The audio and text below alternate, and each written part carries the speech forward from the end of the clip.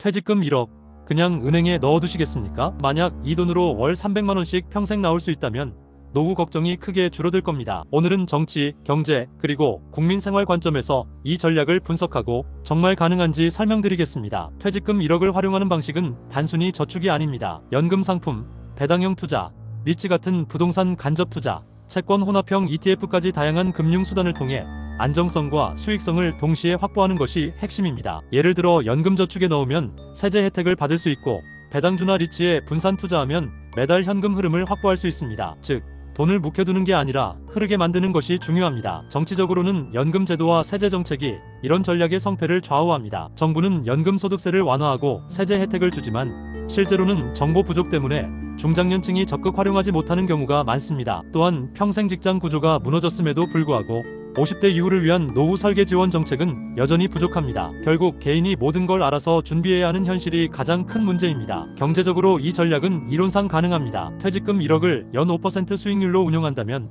연간 500만원의 이자와 배당을 기대할 수 있고, 원금 일부를 계획적으로 나눠 쓰면 월 300만원도 가능합니다. 하지만 리스크도 큽니다. 금리 변화, 시장 변동성, 물가 상승, 세금과 수수료 부담이 수익률을 깎아내릴 수 있습니다. 따라서 원금 보존형 자산과 수익형 자산을 어떻게 배분하느냐가 핵심 과제입니다. 국민 생활에서 월 300만원은 어떤 의미일까요? 서울에 사는 가구라면 주거비와 생활비를 충당하기에 빠듯할 수 있습니다. 반면 지방에서는 의료비나 기본 생활비를 포함해도 충분히 안정적인 금액이 될 수 있습니다. 따라서 단순히 월 300만원을 만드는 방법보다 내 생활 수준에서 필요한 금액을 먼저 산정하는 것이 중요합니다. 또한 은퇴 후에도 여가, 여행, 사회활동 등 추가 지출을 고려해야 하므로 맞춤형 계획이 필요합니다. 이 문제를 풀기 위해서는 세 가지가 필요합니다. 첫째, 금융 지식 강화입니다. 배당, 채권, ETF 같은 기초 개념을 스스로 익히는 것이 첫걸음입니다. 둘째, 제도 활용입니다. 연금저축, IRP 같은 세제 혜택 상품을 적극적으로 활용해야 세후 수익률이 올라갑니다. 셋째,